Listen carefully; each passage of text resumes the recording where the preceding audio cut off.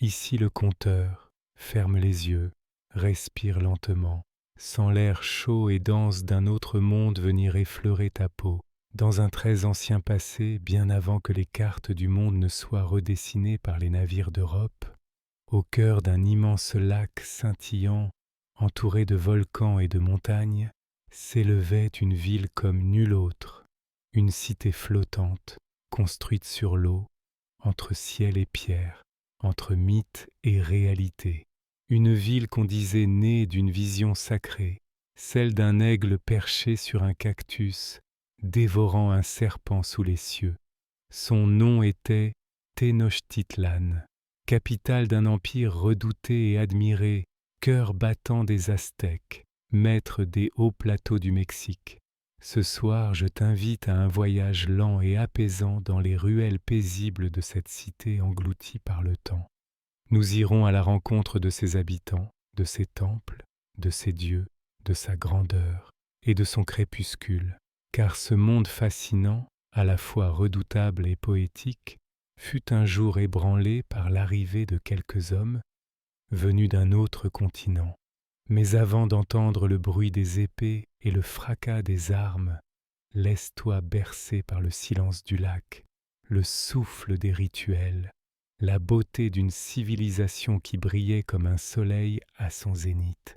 Prépare-toi à dériver lentement sur les eaux calmes du passé, là où les récits s'enroulent comme des volutes de fumée dans l'air chaud d'une nuit aztèque. Tenochtitlan. Le nom même semble résonner comme une incantation ancienne, une vibration venue du fond des âges, portée par le souffle tiède d'un vent venu du lac. Imagine-toi maintenant au cœur de cette cité.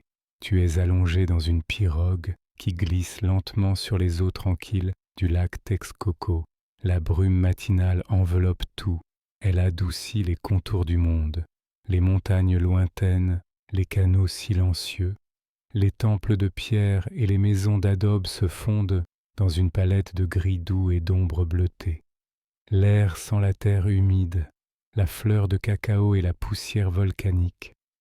La pirogue avance sans bruit, effleurant les roseaux, longeant les jardins flottants, ces Chinampas où les Aztèques cultivent maïs, tomates, piments et fleurs éclatantes. Sur les rives, des enfants rient doucement. Ils portent des tuniques tissées de coton blanc et dans leurs yeux danse l'éclat paisible d'un matin ordinaire dans un monde extraordinaire. La cité s'étire devant toi, vaste et ordonnée, posée sur l'eau comme un mirage devenu pierre, plus belle, plus grande, plus propre et plus impressionnante que toutes les villes d'Europe de la même époque. Ses avenues droites coupent la ville comme des filets d'or. Ses marchés bruissent de voix calmes, de pas feutrés, d'échanges paisibles. On y vend des paniers de cacao, des plumes de quetzal, des couteaux d'obsidienne, des fruits tropicaux et des figurines sculptées dans le jade. Ici, chaque objet est sacré, chaque couleur, chaque forme, chaque mot était porteur d'un symbole ancien. Au centre de la ville s'élève le Templo Mayor, la grande pyramide double. Elle se dresse vers le ciel comme un escalier vers les dieux. D'un côté, on vénère Huitzilopochtli, le dieu du soleil et de la guerre, celui qui boit le sang des guerriers tombés. De l'autre, Tlaloc, le dieu de la pluie, qui commande aux nuages et fait pousser le maïs. Chaque pierre de ce temple sacré est imprégnée d'encens, de prières et de légendes. Les murs sont décorés de serpents à plumes, de jaguars, d'éclairs et de glyphes qui racontent le temps. En bas des marches, des prêtres vêtus de peaux de jaguar chantent à voix basse en frappant doucement des tambours. Leur rythme lent berce la ville comme un chœur tranquille. Les habitants passent sans bruit, respectueux, le regard baissé. Certains déposent des offrandes, des fleurs, du pain de maïs, des plumes précieuses. Tenochtitlan n'est pas seulement une ville, c'est une offrande vivante faite au cosmos, un point d'équilibre entre la terre, le ciel et l'inframonde. chaque maison, chaque pierre, chaque canal a sa place dans un ordre sacré. Les rues sont propres, lavées chaque jour, les ordures sont collectées, l'eau circule grâce à des aqueducs, à portée des collines lointaines, l'harmonie est partout, dans les gestes lents des femmes qui tissent, dans les pas des hommes qui partent chasser, dans les cris des marchands, dans le vol silencieux des oiseaux au-dessus des canaux. La nuit, la ville scintille de 1000 feux, les torches tremblent, les étoiles brillent dans l'eau, et les chansons racontent les exploits des ancêtres. La cité vit avec le rythme de la lune et du soleil, des étoiles et du maïs. Elle respire, elle écoute, elle veille. Tenochtitlan est une cité-monde, née d'une vision. Ses fondateurs étaient des nomades, des chasseurs venus du nord, guidés par la prophétie d'un aigle. Ils ont trouvé ici un marais hostile et l'ont transformé en un joyau flottant. Ce que tu vois est le fruit d'un rêve collectif, construit avec patience, rigueur et dévotion. Pourtant, dans ce rêve parfait, dans cette symphonie de calme et de puissance, un grondement lointain se fait entendre, comme un pressentiment, comme un murmure porté par les vents du Golfe, une ombre qui n'a pas encore de nom mais qui s'approche. Pour l'instant, laisse-la passer. Écoute seulement le chant des roseaux, le souffle des pierres et le murmure du lac. Tu es encore dans un monde intact, dans une ville qui ne dort jamais vraiment, mais qui, ce soir, t'offre son silence pour que tu puisses doucement t'endormir. Le soleil est maintenant haut dans le ciel de Tenochtitlan. Ses rayons filtrent à travers la brume qui s'est peu à peu dissipée, révélant toute la majesté de la cité. Du sommet du Templo Mayor, on peut apercevoir l'immensité du lac Texcoco, qui miroite sous la lumière comme une mer intérieure sertie de montagnes. On distingue les digues construites avec précision, les ponts de bois qui relient la ville aux terres fermes, les chinampas régulières où s'activent des silhouettes courbées dans le silence du travail. Dans cette clarté paisible, on comprend que cette ville n'est pas seulement une capitale, mais le cœur battant d'un empire, l'empire aztèque. Chaque jour, des centaines d'hommes et de femmes pénètrent dans la cité par ces grandes chaussées venues du nord, de l'est et du sud. Des marchands apportent des tissus de coton, du jade poli, des fèves de cacao, des plumes précieuses, des paniers remplis de vanille, de miel, de fruits étranges, des soldats en armure de coton durci, parés de plumes vives, croisent des messagers qui courent sans relâche de village en village, transmettant les volontés du pouvoir. Le marché de Tlatelolco, immense et organisé, est le théâtre d'une activité continue. Des dizaines de milliers de personnes y échangent, négocient, discutent. Pas de monnaie ici. Tout est troc, mais selon des règles précises. Des juges supervisent les échanges, des scribes notent les transactions. Un ordre règne, étonnant, presque silencieux. Les couleurs sont partout. Les étoffes sont teintes avec soin. Le rouge vient du cochenille, l'azur des pierres broyées, le jaune de certaines fleurs rares. Chaque vêtement dit quelque chose de celui qui le porte. L'artisan a ses couleurs, le prêtre ses symboles, le guerrier ses plumes. Et au centre de cet ordre millénaire, un homme, l'empereur. Il vit dans un palais d'une discrétion raffinée, entouré de jardins et de bassins, protégé par des serviteurs silencieux. Son nom est Moctezuma. Il est le gardien des lois, le chef des armées, le pont entre les hommes et les dieux. On ne lui parle pas directement, on baisse les yeux, on lui adresse des mots à travers des intermédiaires. Il est craint, respecté, parfois aimé, mais il est aussi seul, perdu dans le poids des signes et des présages. Car les Aztèques vivent dans un monde saturé de sens. Chaque mouvement, chaque oiseau, chaque songe peut être un message, chaque rêve peut être une prophétie. Ces derniers temps, les présages se multiplient, des flammes dans le ciel, des voix dans la nuit, des reflets étranges sur le lac, des temples qui brûlent sans raison. Moctezuma les écoute, il consulte les prêtres, les devins, les sages, et il s'inquiète. Le monde est équilibre, un équilibre fragile. Il faut nourrir les dieux pour le maintenir. Le sang humain est l'offrande suprême. Le sacrifice n'est pas une horreur, il est une prière. Les captifs de guerre sont offerts avec cérémonie. Ils montent les marches du temple. Leurs cœurs sont arrachés dans une lumière d'encens et de chants graves. Le sang coule vers le soleil. Ce n'est pas de la cruauté. C'est un dialogue cosmique, une dette sacrée, car les dieux eux-mêmes ont sacrifié leur propre sang pour créer le monde.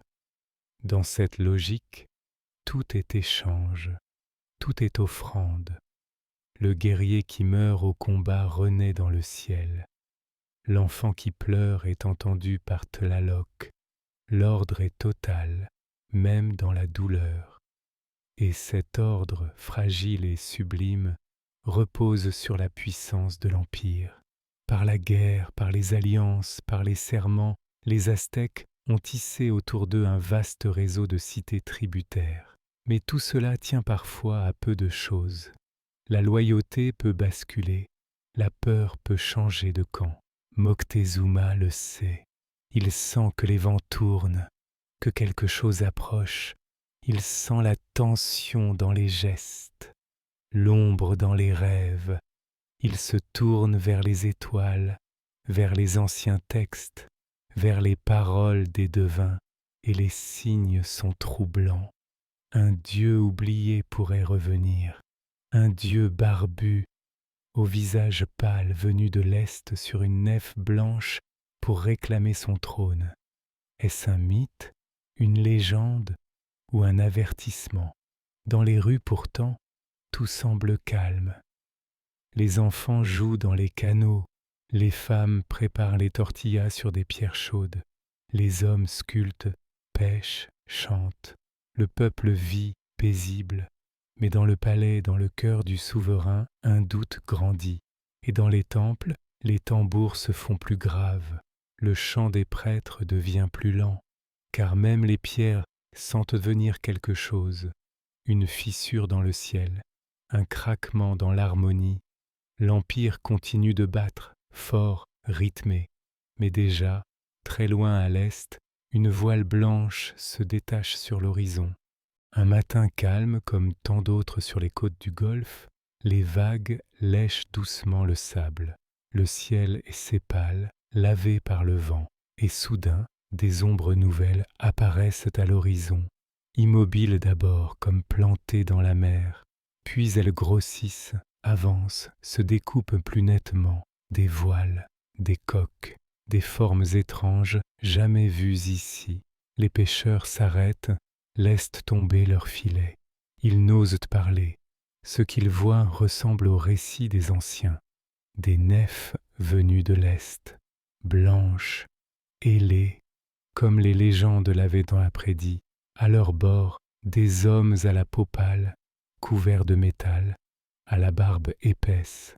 Leurs visages sont fermés, leurs yeux perçants. Ils avancent comme des spectres, menés par un nom qui, bientôt, résonnera dans toutes les vallées du Mexique. Hernán Cortés.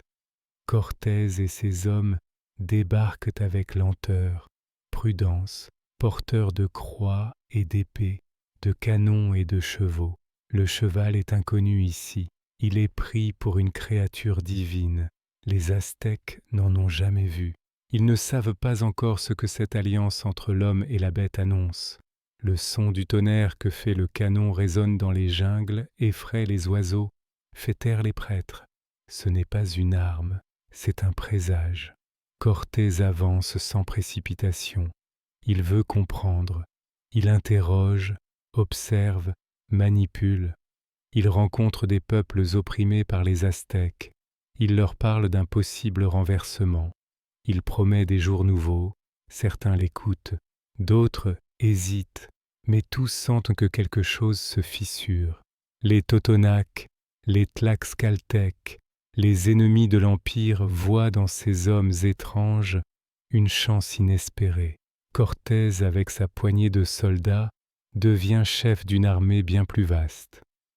Il avance vers l'intérieur des terres, franchit montagnes, vallées et forêts, porté par une logique que nul ici ne comprend.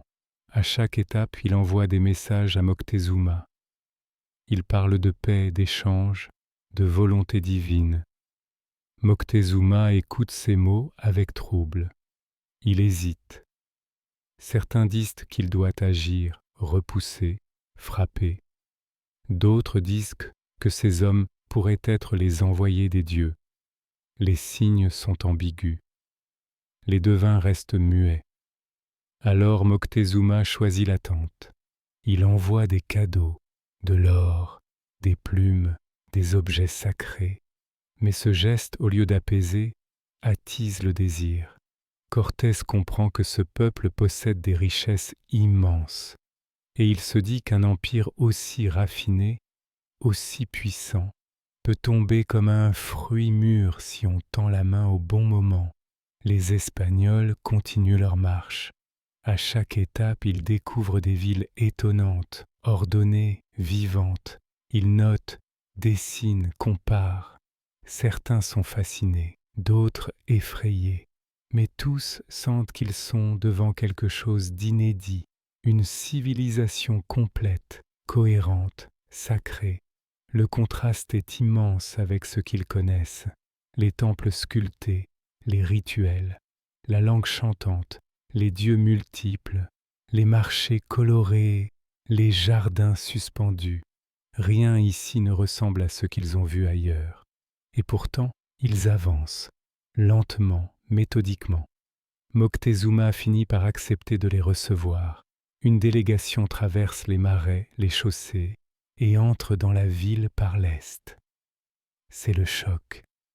Les Espagnols découvrent Tenochtitlan, la ville immense, les canaux, les marchés, le peuple silencieux.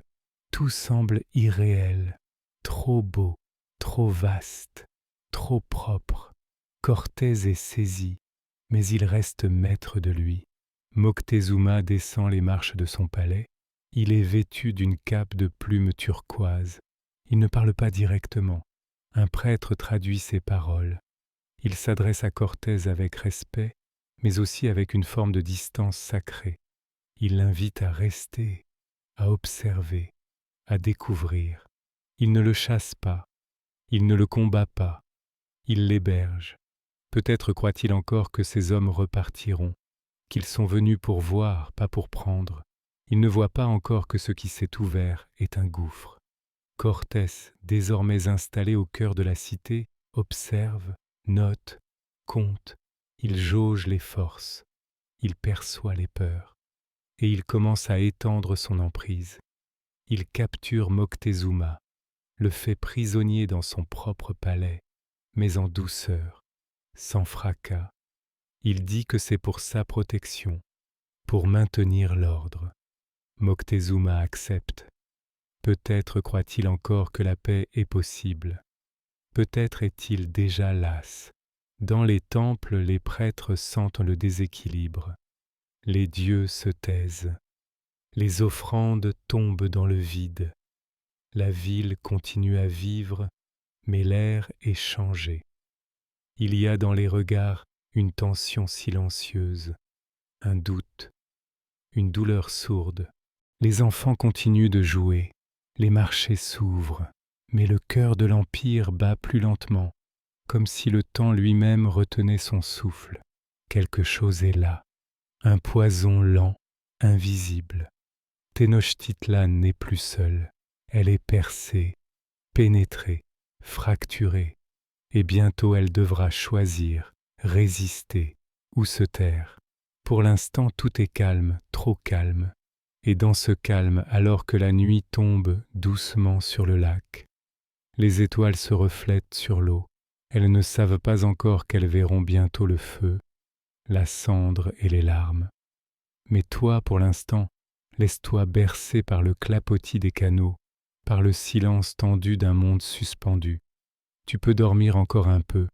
L'histoire continue de se nouer lentement, comme un fil d'obsidienne entre deux mondes. Le temps semble suspendu au-dessus de Tenochtitlan, comme si la ville flottait, non plus sur le lac, mais entre deux souffles, entre deux battements de cœur.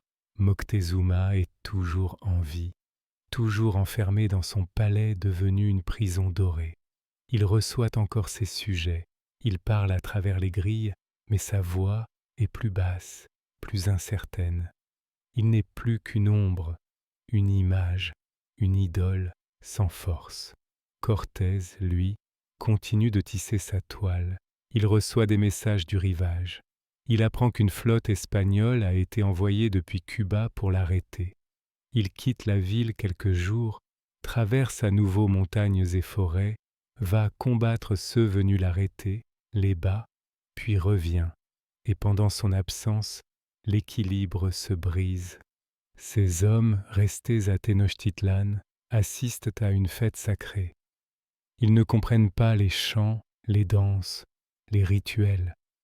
Ils voient des hommes en costume, peints de couleurs vives, danser pour les dieux. Ils croient voir un piège, une menace. Ou peut-être veulent-ils simplement frapper. Et ils frappent, ils ferment les portes du temple. Ils tirent, ils tuent, ils brisent. Le sang coule sur les marches du Templo Mayor, non pas en offrande, mais en massacre. Les chants s'arrêtent d'un coup, le silence hurle, le peuple comprend, la ville entière se lève. Une rumeur enfle, monte, traverse les canaux, franchit les murs, secoue les fondations. Les Espagnols ont profané les dieux. Ils ont tué sans comprendre. Ils ont tué sans respect. Cortés revient dans une ville en colère. Il tente de parler, de calmer. Il utilise Moctezuma comme porte-voix. Mais le peuple n'écoute plus. Quand Moctezuma monte sur la terrasse pour parler à son peuple, il est hué puis frappé. Des pierres sont lancées. Lui, l'empereur divin, est blessé. Quelques jours plus tard, il meurt, seul, silencieux, abandonné des siens et des étrangers. Et alors tout bascule. Les Aztèques attaquent. Les rues deviennent des pièges. Les canaux des embuscades. Les temples des forteresses. Les Espagnols, enfermés, perdent leurs repères. Ils ne connaissent pas la ville. Ils sont encerclés, affamés, isolés. Une nuit, ils tentent de fuir. C'est la noche triste, la nuit triste. Sous la pluie, dans l'obscurité, ils essaient de traverser les chaussées chargées de trésors volés. Le silence est pesant, puis les cris éclatent. Les guerriers aztèques surgissent, les flèches pleuvent, le lac engloutit, des chevaux tombent, des hommes s'enfoncent, entraînés par le poids de l'or. Le sang, l'eau, la boue, les cris, la panique, le désordre, la mort, beaucoup n'en réchappent pas. Cortés survit, il fuit, il se cache, il pleure, il jure de revenir, et il reviendra.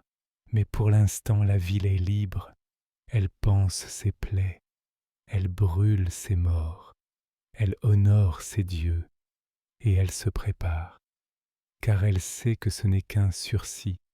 Les Espagnols ne partiront pas pour toujours, ils reviendront, plus nombreux, mieux armés, avec plus d'alliés.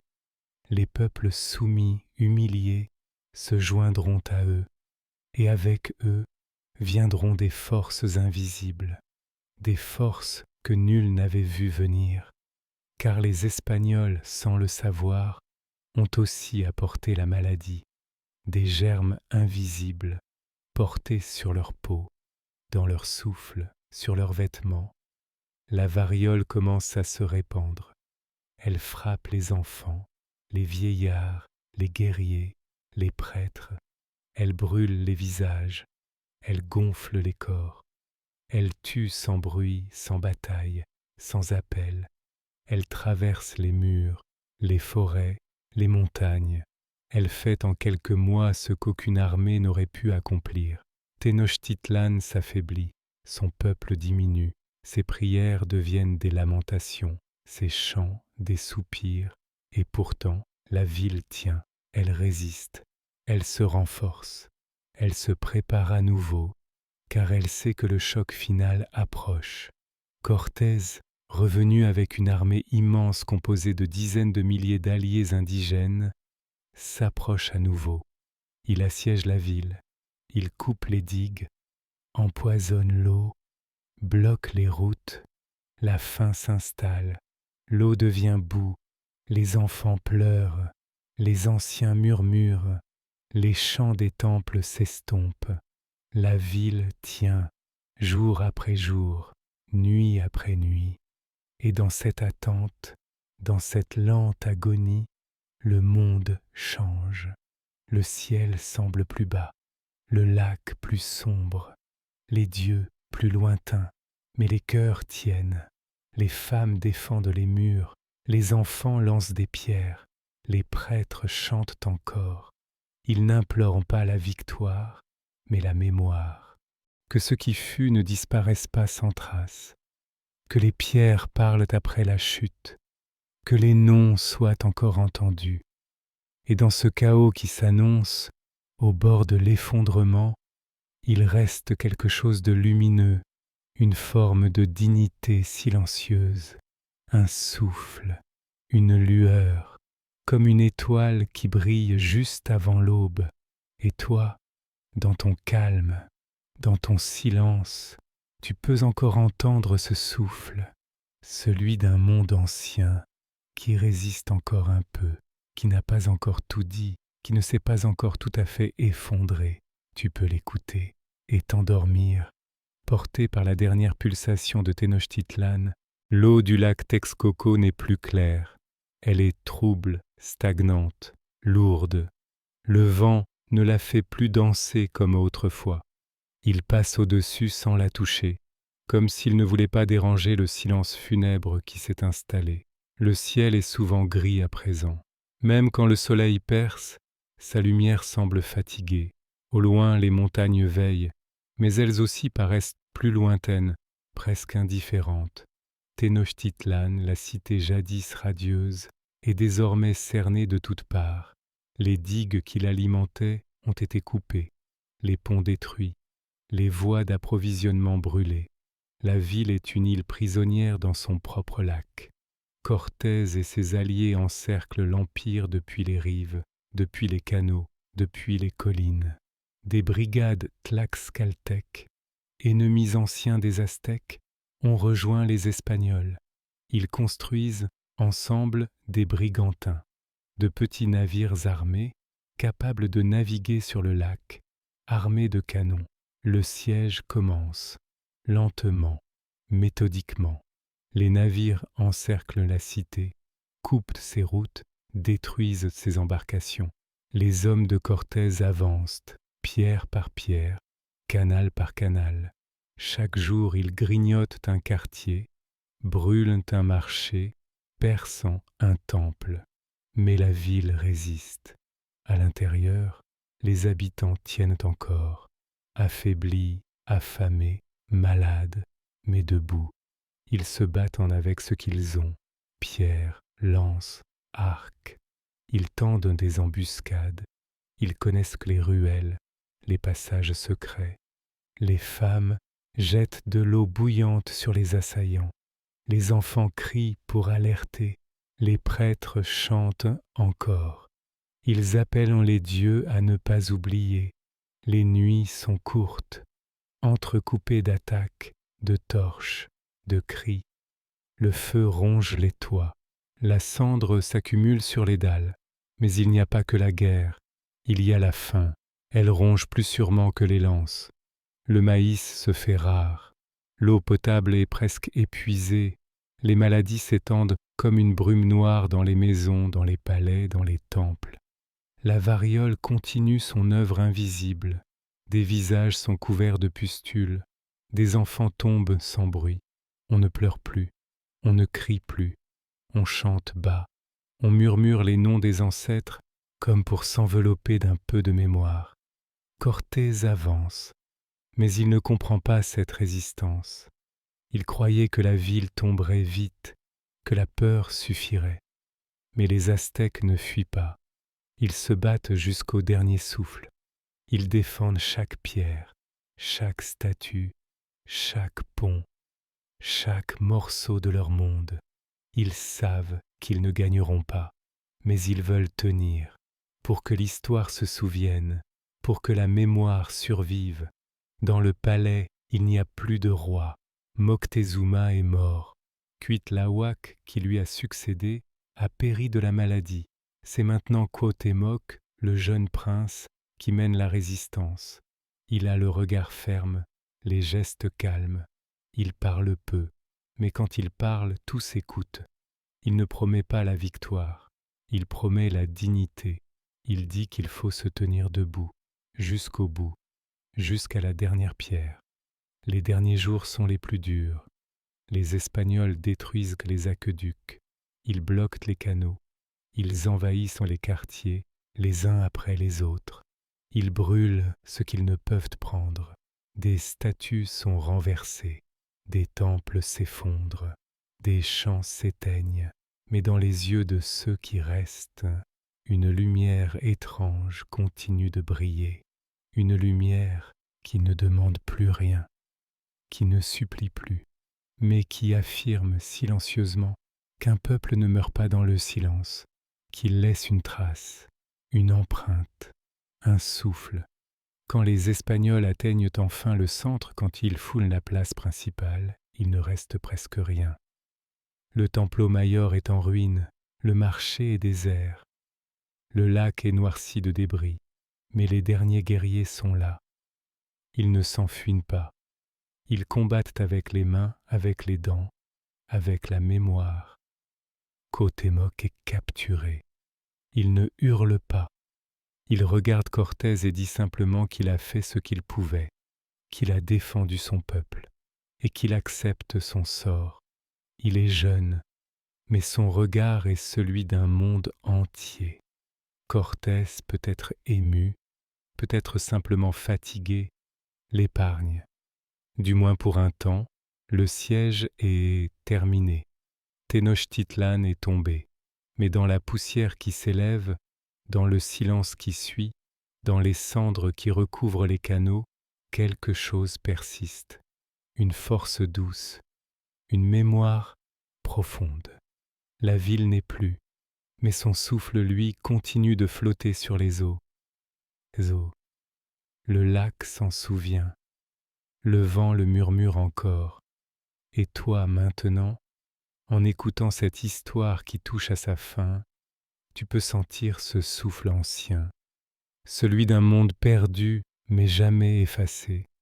Tu peux t'y blottir, t'y reposer, et laisser ton esprit glisser lentement, très lentement vers le sommeil, comme une barque sur le lac ancien de Tenochtitlan.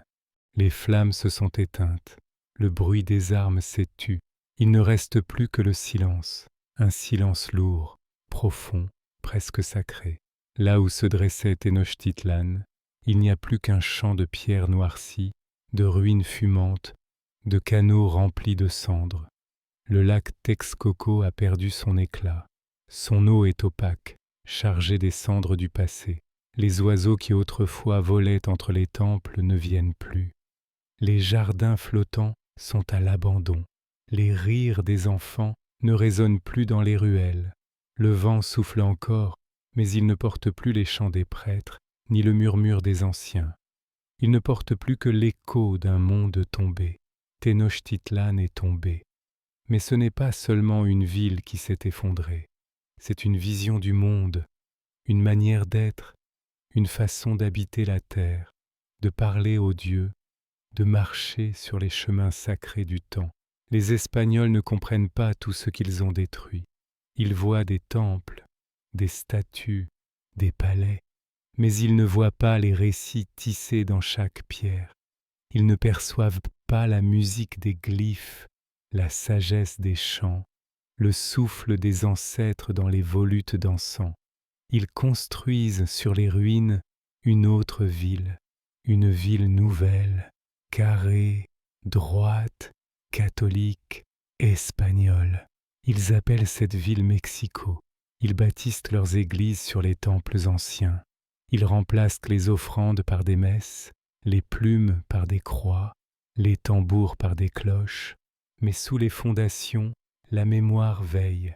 Elle ne dort pas, elle ne meurt pas. Les peuples conquis se taisent un temps. Ils observent, ils apprennent, mais dans leurs gestes, dans leurs prières, dans leurs larmes et leurs silences, les dieux anciens survivent. Sous les noms imposés, les esprits anciens respirent encore. Les calendriers sont dissimulés, les rituels continuent en secret. Les mots sacrés changent de forme, mais pas de sens. Le Mexique qui naît est un mélange, une cicatrice vivante, un chant à deux voix, une étoffe tissée de douleur et de résistance.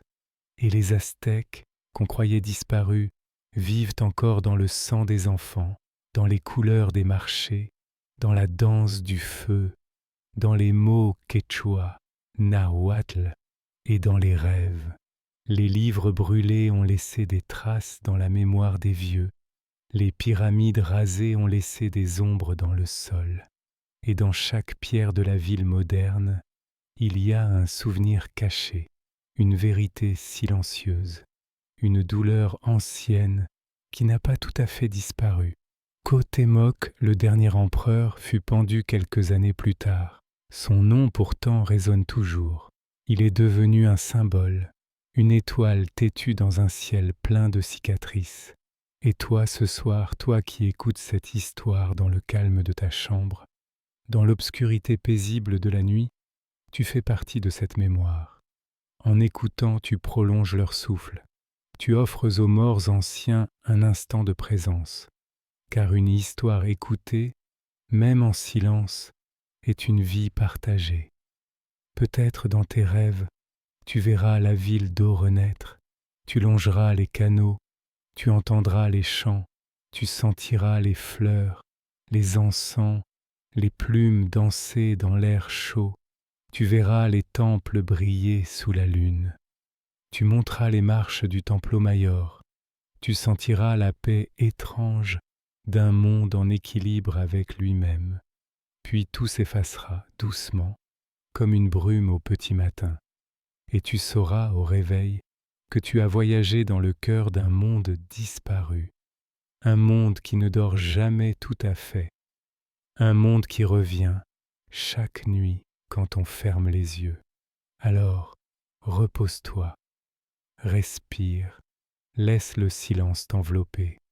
Tu es maintenant loin, très loin, sur les eaux du lac ancien, là où dorment les échos de Tenochtitlan. Si cette histoire vous a plu, pensez à liker, à vous abonner et à activer la cloche pour ne pas rater les prochaines. C'était le Conteur. À bientôt pour de nouvelles histoires.